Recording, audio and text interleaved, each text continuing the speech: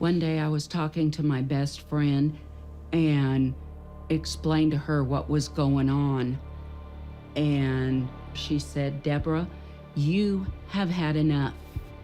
You've had enough done to you." And she said, "Deborah, get out of there. Come stay with us for a couple days."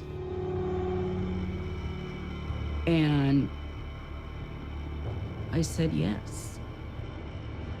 That is when I turned around, and it's Randy. I have to go.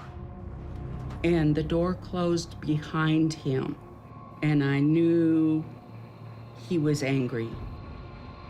I saw the expression on his face. I was standing there just froze in fear. That's when he started yelling at me. Where do you get on telling people our business? Nobody was supposed to know what went on behind our closed doors. Nobody. And when he started yelling at me, my body tensed up, and I said, "Enough." Stop! And I started yelling back and said it wasn't my fault. I didn't do this. You did. I felt proud of myself. I actually did something that I have never done before. And that's when he said, "Stop. Don't you dare go anywhere." He had never left me in the middle of a fight. It scared me because I had no idea what was coming. And he came back out with a shotgun and aimed it point blank at my forehead.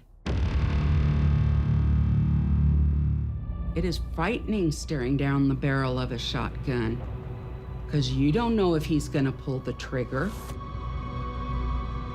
I realized that he'd shot 2 people before and that it wouldn't be anything new to him. And I was so terrified that I couldn't move. I was begging him not to shoot me. I was crying. So I would beg him and plead, "Don't shoot me, don't shoot me. I won't do it again. Please don't shoot me." It felt like forever. When he let down his gun and turned away, I had all kinds of emotions. Angry, sad, terrified.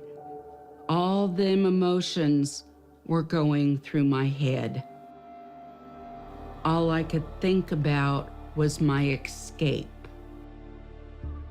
I feel he was preying on my fear, preying on the anger. He could kill me anytime.